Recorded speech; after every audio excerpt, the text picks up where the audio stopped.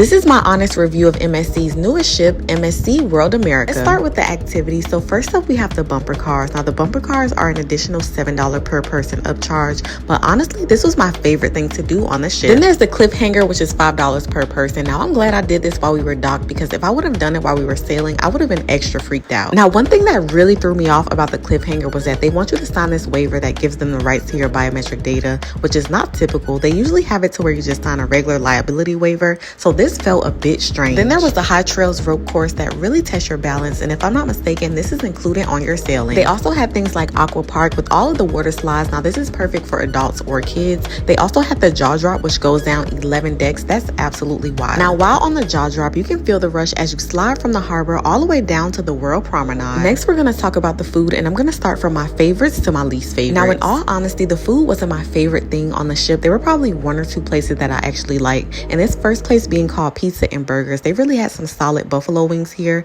and they also had some homemade pizza that tastes delicious. Then there was the Butcher's Cut, which is a specialty steakhouse on board. Now this was the best meal that I had while on the ship. I had the filet mignon with creamed spinach, mashed potatoes, and they had this brownie dessert with banana ice cream. It was so good. Then they had the Harbor Bar and Bites. Now they had things like corn dogs, pigs in a blanket, empanadas. Now one day the corn dogs were absolutely amazing, but every day after that, the food was honestly so bad, and I feel like it's the inconsistency that's really a problem for me when it comes to the food. Just like Marcato, which is the main dining room buffet on the ship, now I ate here for breakfast and for dinner. For dinner, I had things like the pasta, the lamb chops, and this butternut squash soup. That butternut squash soup was the only thing that was good for dinner. I also had breakfast here, and the breakfast was not good as well. So when it came time for breakfast, I ended up waiting for lunch to eat food, or I just waited until I had dinner at a specialty restaurant. Another restaurant I didn't like was Esagano, which is an included dining option on the ship. I had the French onion soup, and honestly, I don't know what that is that they gave me. I also had this steak. The steak kind of reminded me of a roast. My friend had the lobster, and she says it was kind of tough. The only thing that was really good was the dessert. Then there's Jean-Philippe Chocolate and Cafe. Now this is an upcharge, but it's absolutely worth it.